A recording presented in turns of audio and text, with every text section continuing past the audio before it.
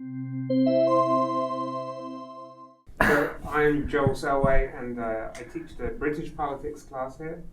I'm from Britain, from just south of London, Sussex. And I look at issues of identity and ethnicity, and also constitutional design. So those are the topics I write about and teach about. Okay, awesome. And then our schedule for today, we're going to chat casually till about 4:40 or so, and then we will open it up for question and answer at the end. So I guess since this is Café Europa, we all just happened to meet here today. Chad, it was very fortuitous that you stopped by unknown to fill in for Dr. Beasley, who had planned to meet today. So thank you for that. Thanks both of you guys for meeting me here. I guess we should start off by just asking for kind of some general contours of what you think is going on. We have a new presidential administration, shift from one very distinctive president to a president with a very different way of looking at the world. How does that affect U.S.-Europe relations? So I'm afraid I violated the informality of the Café Europa because I prepared some slides for you guys to answer this question. So. Good. So will you show us those on your phone? Yes, so you've got to pretend that this is very casual on my phone. We're sitting at the cafe. But I thought some of these might put this change in presidency that Professor Cooper talked about in context and how Europeans view this. So you can see on the left-hand side we have a survey that says, do you trust the US president to do the right thing? And you can see where this was at the end of the Trump presidency. The green line are those who said, yes, I'm confident the US president will do the right thing. That was down at 17% by the end of the Trump presidency. It shot up to 75% at the beginning of the Biden presidency. And you can see the opposite for those who wanted no confidence. And then on the right-hand side, we have the percentage of people who view the US favorably in green. That shot up from 34% to 62%. And those who view the US unfavorably declined from 63% to 36%. So just a change in personnel made a difference. It's not uncommon for most leaders to decline in favorability by the end of their term, because then people get to see all the mistakes they make. But this is a fairly drastic change. You can look at these in various countries across Europe and how this has varied over time since 2000. So I don't know, let's pick Germany in the top middle. And you can see in 2000 it was up at 78%. Who was the US president in 2000? Was that Bush? Bush Jr. Junior, first term? Yes. First term. So we can see this is not necessarily a Republican-Democrat thing. Bush Jr. was very popular, and we can see a decline near the end of his term, mostly due to the Iraq War, an increase when Obama comes into power, a decrease when Trump comes into power, and a big increase when Biden comes into power. You can see pretty similar patterns throughout all of the countries. Some are a little flatter than others, but the general pattern kind of remains there. This is just a focus in, you can see Obama was pretty popular in Europe. And so Biden hasn't reached those levels of popularity yet, and probably won't. Another thing that I wanted to kind of put in context is, okay, maybe Trump wasn't so popular because America tends to be a little bit further to the right in general than the rest of Europe. So you can see here, if you look, I don't know if this works. Well, it doesn't work. I thought I was going to get a nice little red light there. But you can see where Angela Merkel is in the bottom left of the blue square in the top right-hand corner. This is an ideology graph. So across the horizontal axis, you have the traditional left-right economic spectrum. And then the vertical one, you have what we call the libertarian authoritarian spectrum. Most modern Western countries fall in that top right-hand corner, but there is a variation, and so you can see Obama, Biden to the left of that, so still considered either center or just right of center. Angela Merkel is just right of center, But you can see that Trump is quite right of centre compared to that. And you can see where Boris Johnson is, so the UK Prime Minister, over there near Merkel. It's also just interesting for an American audience to see how, on a relative scale, the Democrats in the U.S. still rank towards the center, not towards the left, as compared to where European politicians frequently are. So that might be jarring to some Americans. Yeah. So, but hopefully this is good context. So yeah, still near the centre, but closer to the European counterparts. And I think that was for a later question. So I thought I'd keep that just for some context. So. Okay, so overall, a lot of positive initial feeling towards Biden, a lot of reason for optimism there potentially, but the proof is in the pudding. Maybe. Proof is in the pudding, and that this initial poll here was taken at the beginning of his presidency. We're a few months into that already, and I haven't seen the polls, but I can pretty much guess that they've already started to slide down due to some issues that I'm sure we're going to discuss. Yeah. Awesome. And I was going to talk about maybe the continuities or discontinuities in terms of policy, because it seems like there's a drastic discontinuity. So Trump is the guy who made noise about exiting NATO, and in fact, I get some books say that he was planning on exiting NATO in his second term. I'm not sure if that would really happen, but he was constantly harping on traditional NATO allies like Germany. He had it out for Angela Merkel in particular. And whereas Biden is has been in the foreign policy elite for a long period of time, he really values the NATO alliance. So his first trip abroad was over to NATO or to Europe, and to sort of extol how great NATO is and so forth. So that's one difference. Maybe another is Biden has a sort of an adversarial relationship with Putin and sort of speaks out against Putin, and Trump was curiously sort of did not want to criticize Putin, and Biden thinks, I think it's pretty clear that Biden has this sort of worldview that there's an emerging sort of contest in the world between democracies and autocracies, and he wants to be sort of pro-democratic, whereas Trump would oftentimes criticize the traditional democratic allies and support the autocrats like Putin, or like our like he told the Chinese, we don't care what happens in Hong Kong, or our allies, Saudi Arabia, who cares about the Khashoggi killing and so forth. So that's another difference. But let me speak to a few continuities. One is that, like, for all of Trump's sort of rumbling about NATO, he didn't actually significantly change policy towards NATO while he was president. And and also I would say for both men, there's structural pressures that are sort of influencing American foreign policy in sort of the same direction, and that's basically the relative decline of American power and the rise of China, so that their energies are focused on China and Europe. Even though Biden goes to Europe for his first foreign policy trip, there's not really an ambitious agenda. He basically wants Europe to kind of handle its own affairs and stay quiet and keep it boring so that he can focus on China.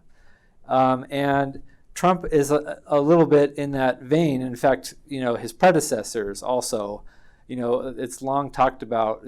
Presidents have been sort of saying we need to pivot to East Asia. That's what the Obama administration said. Even Bush before 9/11 was focused on China, and then oftentimes presidents get distracted. Biden seems to be sort of adamant that he won't get distracted from China, but I think that sort of focus on China as the big thing is maybe a commonality between President Trump and President Biden. Yeah, and I would say some similar things here, just that I think the biggest difference between them is going to be style. That Trump liked to aggravate European leaders. He liked to poke at the democracies in Europe.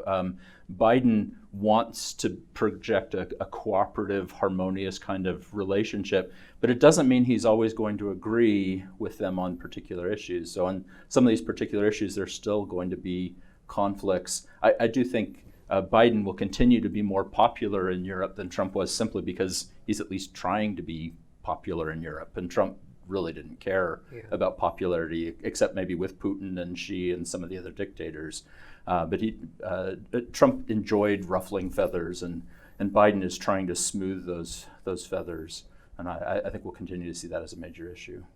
But interestingly, we have one of the biggest foreign policy events between a member of the EU and the US, with France withdrawing its ambassadors over the new creation of a security pact between America, Australia, and the UK. And that's where, it's really interesting, because there's been huge outcry against that. And in some ways, that might make Biden more unpopular, especially in France, but in other countries too, and may have undermined the NATO alliance more than anything Trump did, right? Is this creation of this new alliance along these Anglo-cultural lines, specifically to control China. I mean, and to flesh that out to where Australia is going to now purchase American submarines instead of French submarines, right, as the kind of centerpiece of that alliance. Yeah.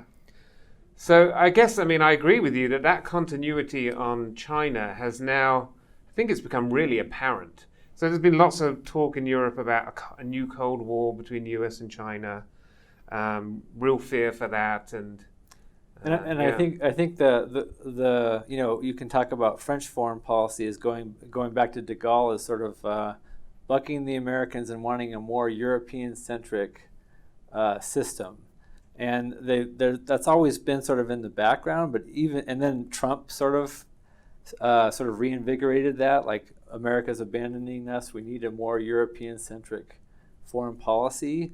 And then even before this fracas with, Macron was making speeches about this even before that submarine thing happened.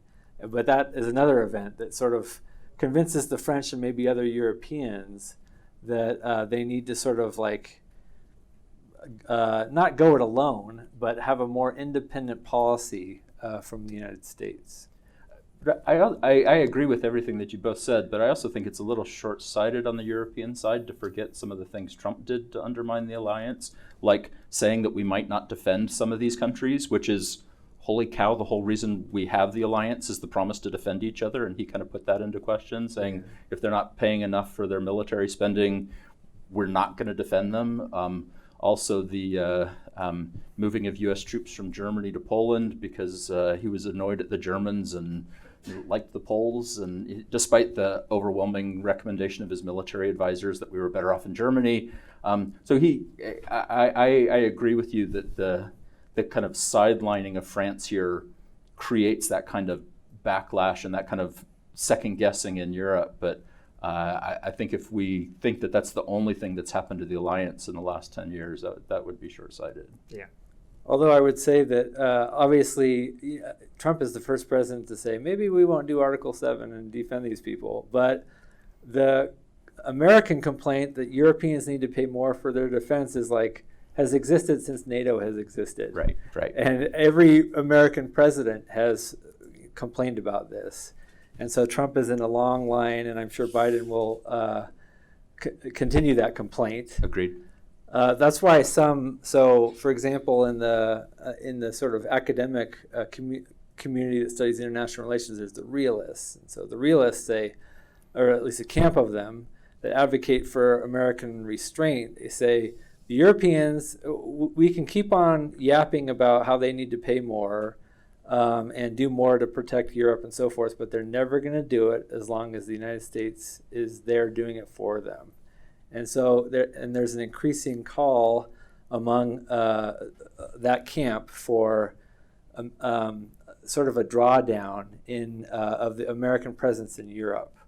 And that's sort of been marginal in sort of the policymaking community, but it's sort of increased its gravitas, I think, in the last little bit. And I think Biden he's not going to disband NATO or something like that. But I think because of these structural pressures, he will sort of reduce his attention and American spending and so forth in Europe in general. And maybe a way to think about that in practice is to think about the pullout from Afghanistan, which was a NATO mission that the U.S. unilaterally pulled out from. So any thoughts on what that's doing to U.S.-European relations? I mean, there was just as much outcry in America as from both sides of the political spectrum as there has been in Europe. And so I think that just took everybody by surprise. And again, it kind of adds to this, there's kind of a mystique around Biden, right? Which is, yeah, he was Obama's vice president, and those were kind of like the heyday of US-EU relations. But he's pulling out, some rugs from underneath the Europeans with many of these things. And so I think that's built into more of an idea like, well, we're not sure exactly how to take Biden and what his exact approach is going to be to these things. I think it shouldn't have come to us as a surprise because Biden was the guy back under the Obama administration that was vigorously against the Obama surge, which basically accomplished nothing. I don't think Obama got enough criticism for that. So he's been long-standing saying we're not accomplishing anything in Afghanistan. We need to pull out. Actually, the French they anticipated correctly what Biden would do because they were the first to pull their people out of Afghanistan. And that episode sort of brings up another complaint that the Europeans constantly have of Americans not consulting with the Europeans enough. That sort of is a constant throughout European-U.S. relations. But I guess the fundamental problem is, well, when it's the Americans that are doing the bulk of the heavy lifting, then they're going to make the decisions. So I think the Americans would say, yeah, pony up and do more, and then you'll have more of a say or something like that would be the American response. Yeah, I think the Americans feel like, well, we did consult. We told them what we were going to do, and then we did it. The Europeans expect consultation to mean a little bit more than that, maybe. And I think, Chad has expressed one side of this, right? That the Americans were providing the bulk of the military force, the bulk of the fighting force, and suffering the bulk of the costs of what was going on in Afghanistan. Therefore, it's unreasonable for the Europeans to have a veto on America pulling out.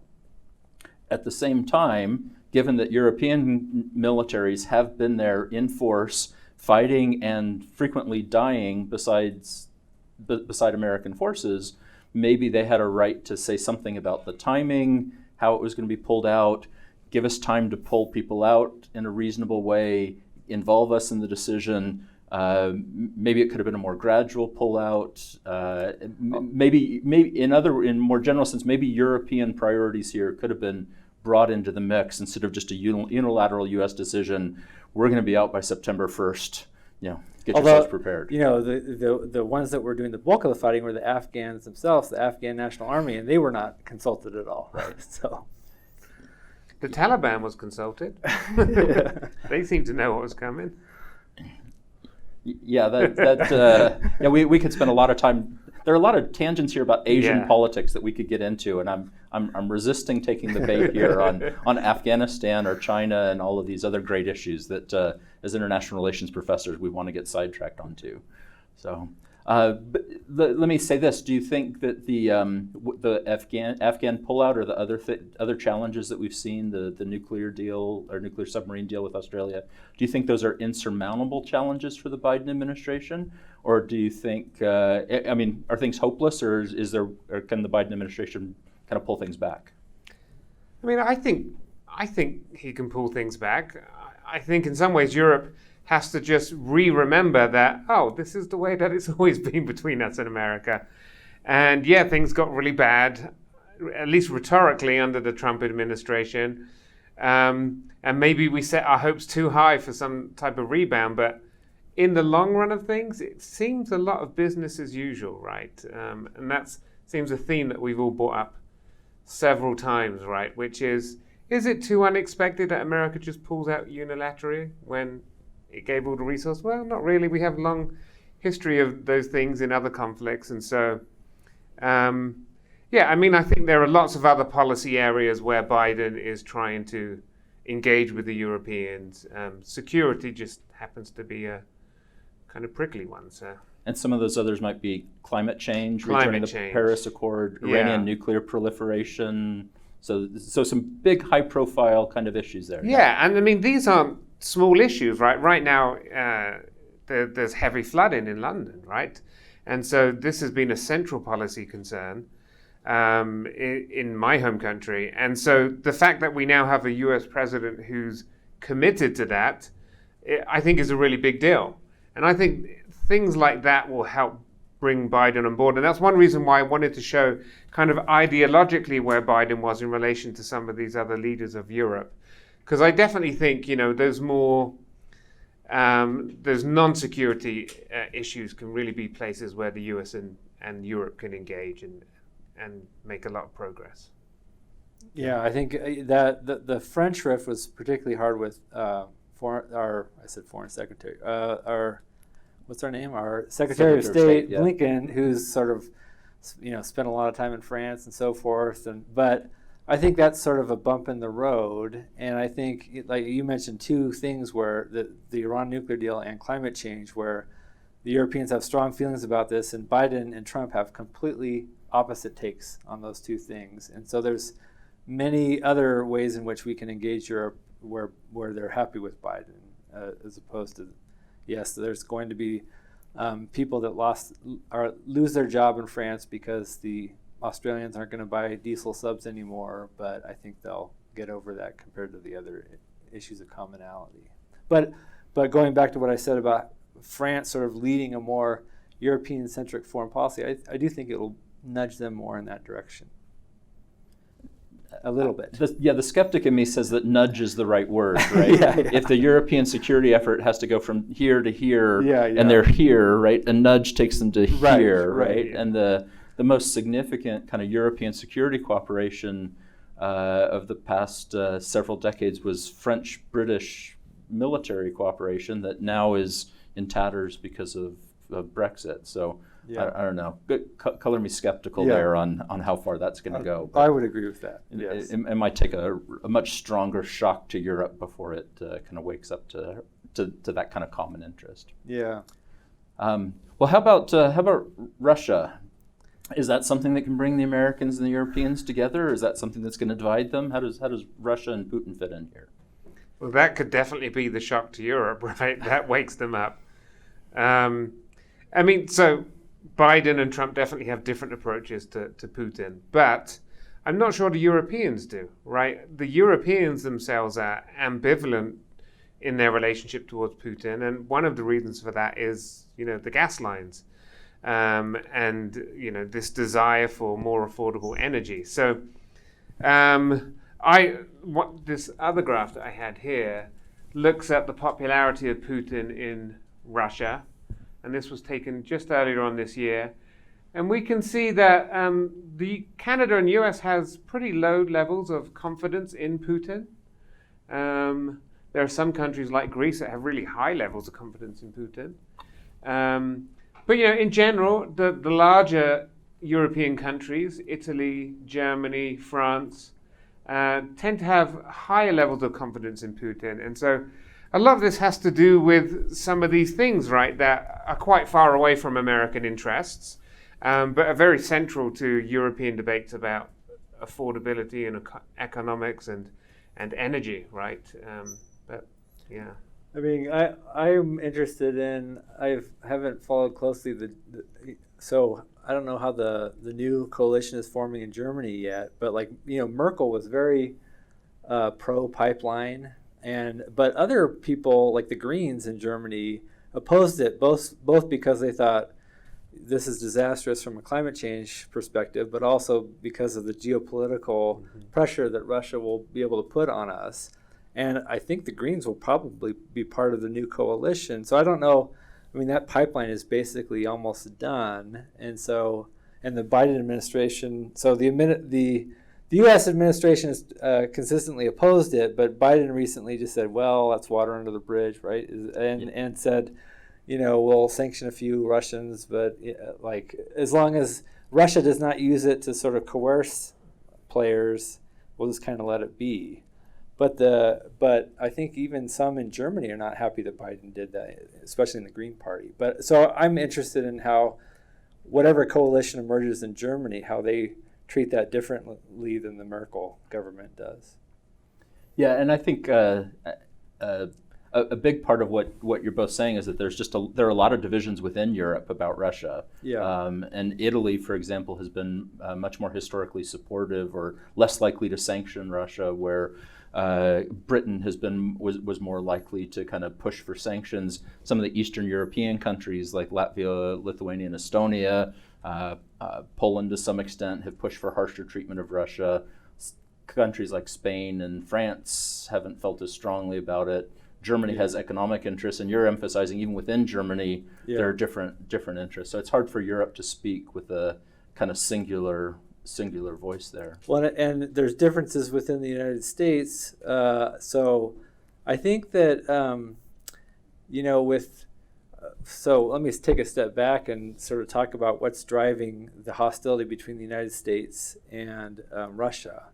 And some view this as sort of like entirely a geopolitical thing where the United States basically kicks Russia while they're down, and they try to expand NATO to Russia's borders and so forth. So the thinking there, like I was just reading a piece the other day about, well, since China's our main enemy, we need to sort of cut a deal with Russia and sort of have a wedge strategy where we sort of solve our Russia problem and move to China.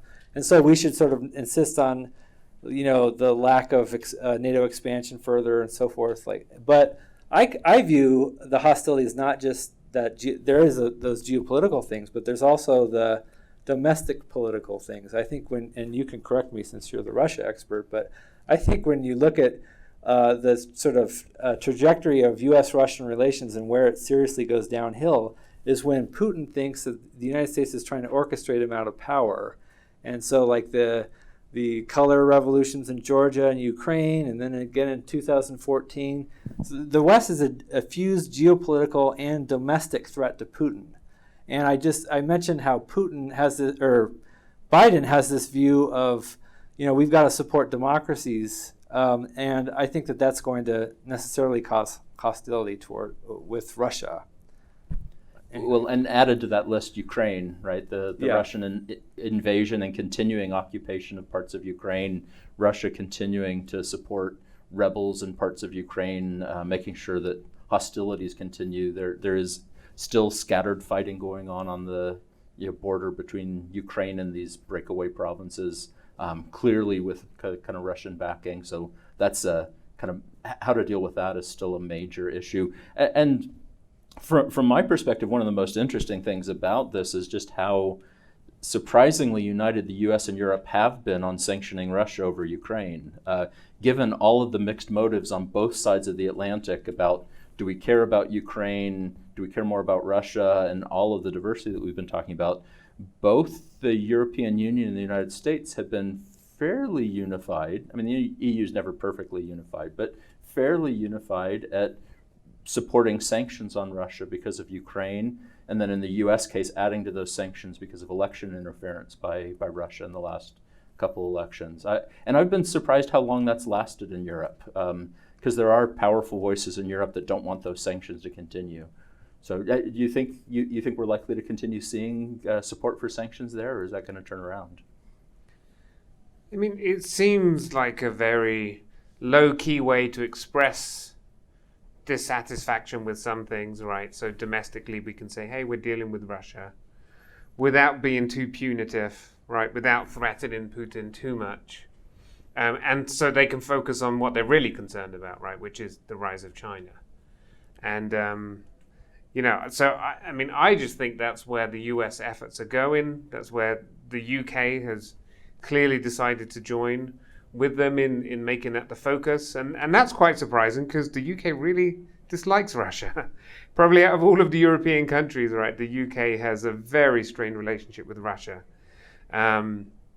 And given that Russia recently poisoned people on Russia British has territory, violated the sovereignty of the UK on a number Yeah. of different occasions Yeah. recently, right? Sending spies into UK territory, poisoning their political opponents who are resident in the UK.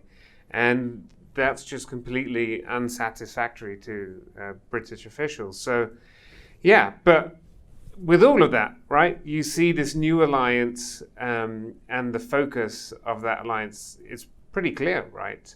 That it's a move away from worrying too much about Russia and trying to control China. So, well, since we're on the subject of Britain, maybe should we talk about how Brexit affects these relationships, right? It was Henry Kissinger, I think, said, when talking about Europe, he said, who am I supposed to call? Right, there's no one to answer the phone on the other end because of just how disaggregated the European Union was. And now one of the European Union's most powerful economies and one of its two most powerful military powers has left.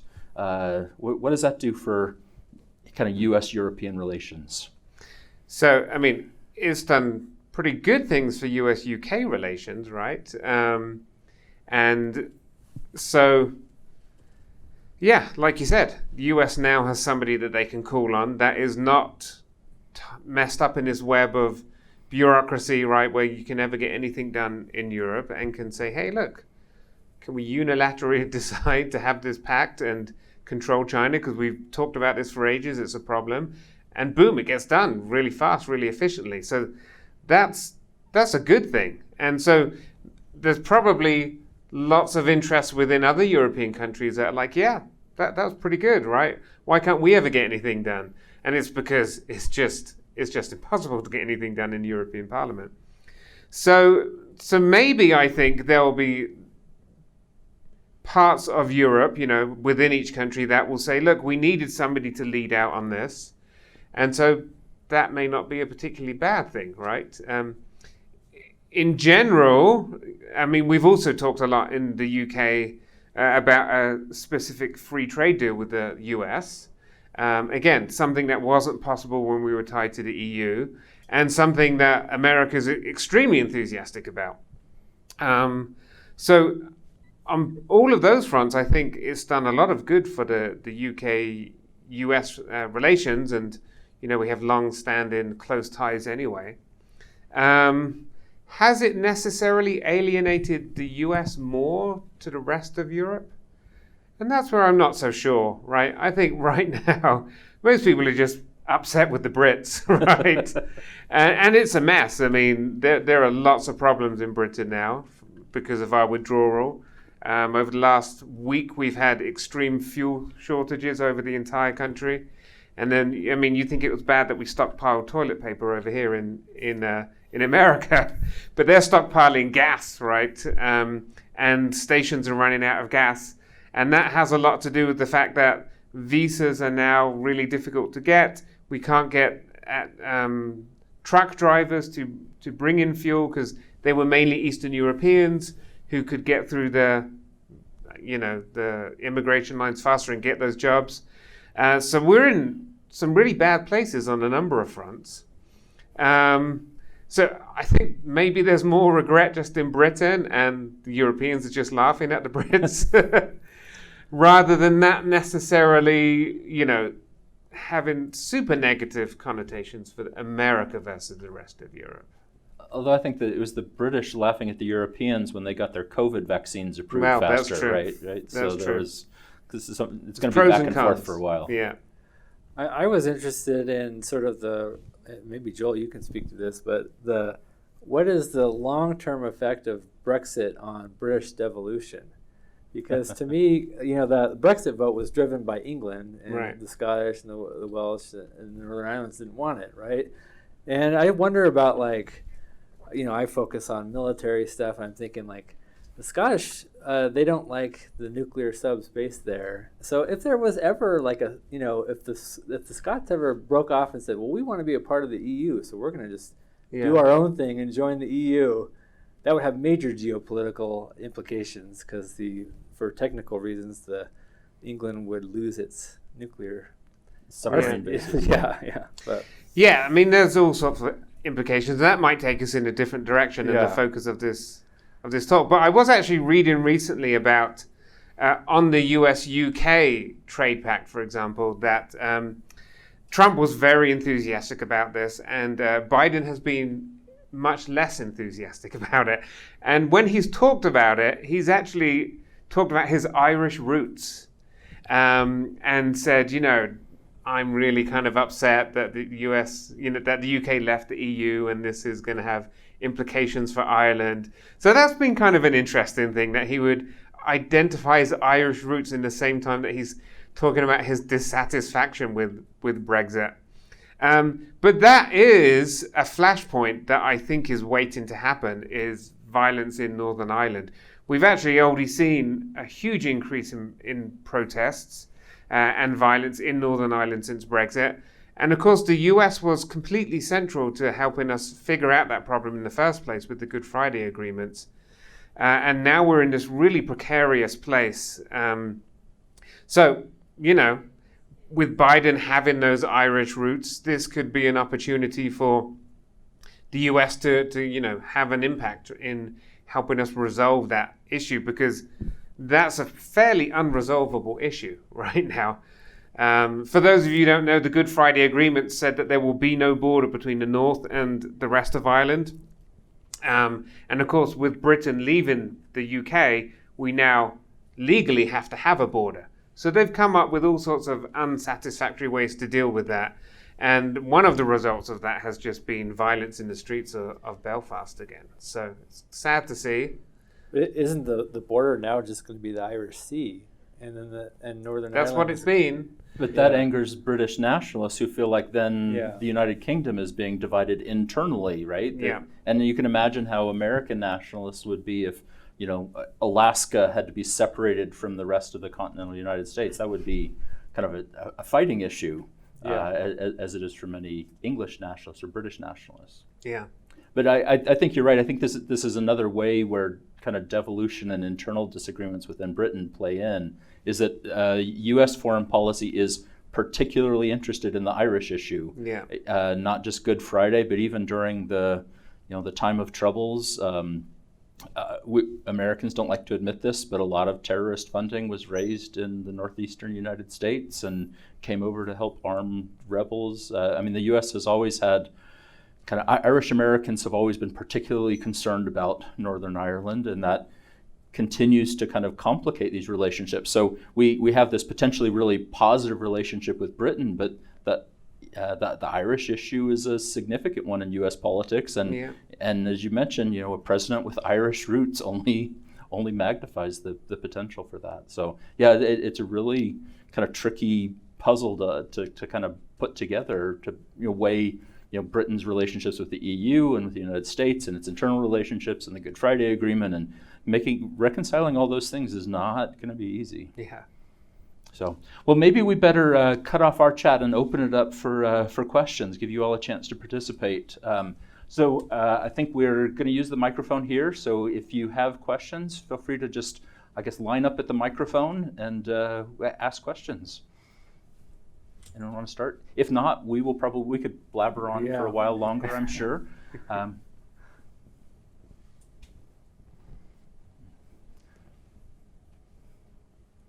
So questions from the audience? You have one. Yeah, I was just curious how you guys think that the trends to less democratic governments in countries like Hungary and Poland will affect U.S. relationships with those European countries. Good question. Well, my mind immediately goes to the sort of the Eurosceptics, and they see things like, well, the European Union won't let us control who enters into our country, and yet they do nothing when Poland and Hungary basically, become authoritarian regimes. But I think Biden, Biden, I don't know what he can do, and the problem is that, as I understand it, you guys can correct me if I'm wrong, but any European Union vote has to be unanimous except for the party that's being targeted. So they'll sort of come up with let's vote against Hungary being authoritarian, and then Poland will veto it, and vice versa with Poland, right? So they can't make a lot of headway in that. But I feel like going back to how I think Biden is really organized by this sort of democracy thing, he's going to push those states a lot harder than Trump did. Yeah, I think Trump actually was somewhat supportive of Orban. Didn't he bring him to Washington for a state visit? Yeah, and I think he was trying to get his named military base in Poland, and so he was very Camp Trump. Yeah, so he was close with the Polish as well. Yeah, yeah, I'm pretty confident Biden's not going to be looking for that in Poland or Hungary. He's going to view them more like the kind of pro-democracy Europeans do, and kind of make a stand here, pushing there. This also does affect some American interests, the interests of American companies. American media companies are being forced out of places like Poland right now. So there are American business interests. An American university was forced out of Hungary. So it's likely that the Biden administration will take a harder line towards those countries, but it will have lots of support in Europe as it does so, I think. Yeah. I mean, and the action's going to be unilateral, right, with each of those countries. And, I think one of the most unfortunate outcomes of the Trump presidency is emboldening these non-democratic individuals in other countries. In America, we worried about that enough, but we have enough checks and balances, right? The media's free enough. I know some of you may still think that's problematic. We can argue about that. Yeah. But there was enough in America to control, right, any tendencies towards that. But these other countries didn't have those controls. And so in many countries all over the world, right, from the Philippines to Hungary to Poland, you see these rising individuals using exactly the same language, right, talking about fake news, fighting against established institutions, and being a lot more successful at that because those institutions aren't as long-standing. There's not as strong kind of cultural norms to withstand in that. And so, Biden certainly has an opportunity here to, clearly there's a change in rhetoric, right? And so those leaders are almost automatically going to be on standby and say, okay, it's not going to be the same as it's been in the last 4 years. But yeah, what has our policy been? Are we going to institute sanctions or anything like that? I'm not sure that's going to happen, but symbolically, I think the US can play a really important role here. And it may go back to what Chad said about kind of Biden's focus on Europe, right? So we're going to do some small things with Hungary or Poland, but it's not going to be a focus. Yeah. So, okay. Other questions? Please.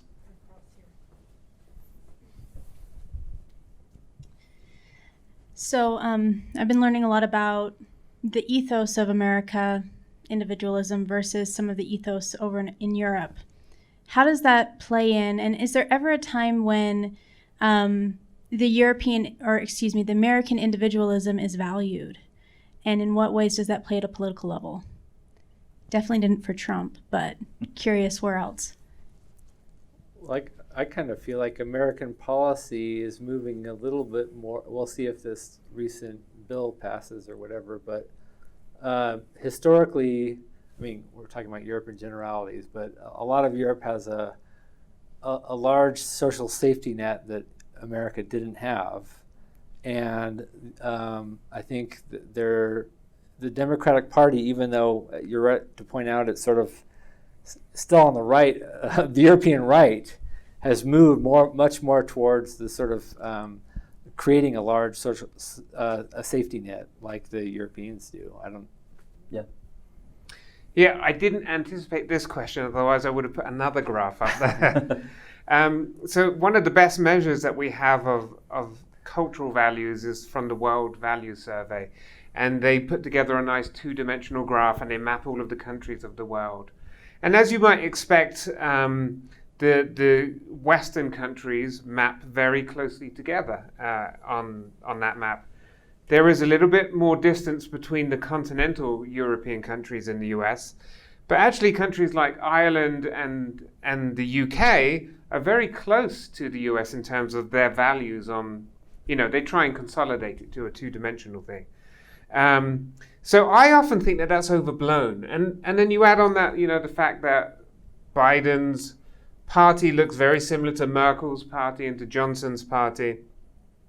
It's not that we don't value individualism in Europe. We do, and especially in England, right? I mean, that's where the theories of Adam Smith came from, and most of this culture of liberty and freedom, right, predated the establishment of America. So I think it's valued, right? And for all of this talk that we talk about, the EU and the US may be at loggerheads, I think that's always something that Europeans value about America. And it's kind of like the Superman syndrome, right? Just this very committed, this very high levels of commitment to certain values. That's what you come to expect from America when you deal with them. And they bring all of the good to the table that comes with that, as well as some of the struggles in the relationships too. But yeah, I think we shouldn't overplay the differences. If we've done that, I think that's to our detriment, because we're talking about this because this is, right, the two regions of the world that I think are the closest in their values. And so we care about this a lot more. So, we shouldn't overplay those differences. Yeah, it's a common political heritage. Yeah. But I guess I would piggyback on what you said and go a little bit further, is that sometimes European leaders will criticize the United States for doing things that they are privately very happy that we went out and did, right? That we were willing to kind of act unilaterally, and they kind of recognize that American freedom of action to do some of these things and its willingness to go it alone sometimes actually benefits Europe in some ways. And, other times, they have bigger concerns about America acting it alone. But again, even some of the criticism is not real, right? The gap isn't always as big as it's portrayed publicly. So, good questions. Other questions?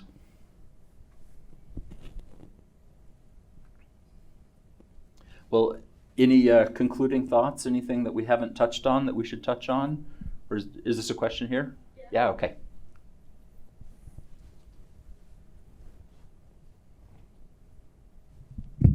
I was just curious, as we talk about the past and how the relationship between Europe and U.S. is going, I was wondering what you guys hypothetically think will happen in the future with their relationship, because you said that they're mostly focusing on China, trying to put Europe in the background in a way. So let me put a little larger historical context on NATO in particular. So a British guy that was the first head of NATO famously said, NATO was to keep the Russians out of Western Europe, to keep the Germans down, and to keep the Americans in. And we often sort of we remember keeping the Russians out, but those other two things were really important. Keeping the Germans down was a major thing in the early Cold War. In fact, the United States wanted to pull out of Europe militarily, and it was a major source of instability in the early Cold War. But interestingly enough, we finally came around to being there, and then a lot of people expected in the post-Cold War world that the Russian threat, the Soviet Union is gone, we're going to hightail it out of there. That didn't happen, and in fact, it expanded. And so, even though I've sort of said that, Biden and his predecessors want to focus on China, and Europe is going to be second fiddle, I don't see us sort of drastically reducing our forces from Europe anytime soon. That it's sort of baked into the cookie, or I don't know if I'm using the expression right. But so I don't expect drastic changes in there. And I'm speaking about the military stuff. Maybe you guys want to talk about trade or something.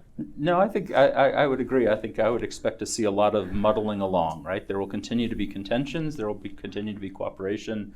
To me, it seems kind of like a sibling relationship, right? Two brothers that don't always get along and sometimes fight, but still have generally the same goals, have a lot of common interests, and certainly have a lot of history, a lot of kind of shared sacrifice and commitment that continues to kind of power this relationship forward. So I don't think that, there are better and worse ways to go about improving that relationship, and I think both sides could do some work on this relationship, but I do think it's, at least for the foreseeable future, it's best to see the U.S. and European Union as kind of generally cooperative kind of actors going about things sometimes in different ways.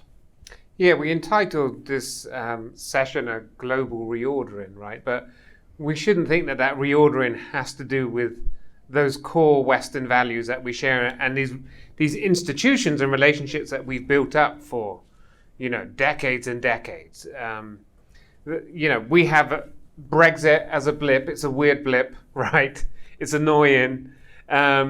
But it doesn't undermine that. That's not the global reordering, I think, that we were referring to. The reordering of things outside of the region. And if anything, that reordering, I think, maintains that. Even if it doesn't have to be our focus, it strengthens those relationships and those ties and institutions. So. Yeah. Okay, good. Question? Hello, I was wondering, do you think that a Labour government headed by Keir Starmer would strengthen or weaken UK-US relations? We'll let the Brit take that one. Yeah, that's do we know yet what he wants? I mean, is he enough of a settled issue? Yeah, I mean, I don't think we super know what he wants. He's certainly going back in the direction of Tony Blair, right? He's a little left of centre. So if we went back to that graph, I don't know if Blair appears on here, but he would be like just left of Biden, a little bit lower. That's where he appears, but in the red-hand side. So, but still very centrist, right? So that's very close to Biden. But, Johnson's not too far from Biden, just a little bit to the right and up a bit, right? So in slightly different directions, and you would think, on some issues that might make things a little bit more difficult. On some issues it might make it easier, but we're not talking about awfully large differences between those leaders within Britain. Some people like to compare Boris Johnson to Donald Trump, and I just don't see him in that light. This is somebody who is almost on purpose. He's almost like President Bush, right? He does the bumbling, almost idiotic thing on purpose, but underneath he's an extremely intelligent individual. And I think most of his behavior is quite calculated for a particular audience. So, I think the relationship between Johnson and Biden has been pretty good. And I think it would be just as good if Keir Starmer came into power, just based on where he would fit on this. And his personality is maybe a little bit, more proper, as we might say. But I think the bigger issues are less personality in this particular thing and more these kind of overarching security concerns of the US and the UK there. So. And I guess I would just add, and you can see it up here, that the shift from Corbyn to Starmer is actually positive for the U.S. in a lot of ways, right? What you see here is kind of the Labour Party in Britain moving more towards kind of centrist positions rather than far left positions, which actually is likely to kind of facilitate cooperation here, where the far left of the Labour Party can sometimes... can I call them wacky? The far left of the Labour Party can be a little bit untamed at times. Starmer is definitely fighting to move them back towards the center. Yeah, if you guys thought Bernie Sanders was left, right, you can look at the former Labour leader right there, and quite a bit further left. Okay. All right. Well, I think we need to end and let you all go, but. Thank you all for bumping into me at the cafe here. It was a pleasure. Hope that our audience had a useful time and you learned some things. And hope that we'll see you again. And feel free to ask more questions later on. Have a good day. Thanks.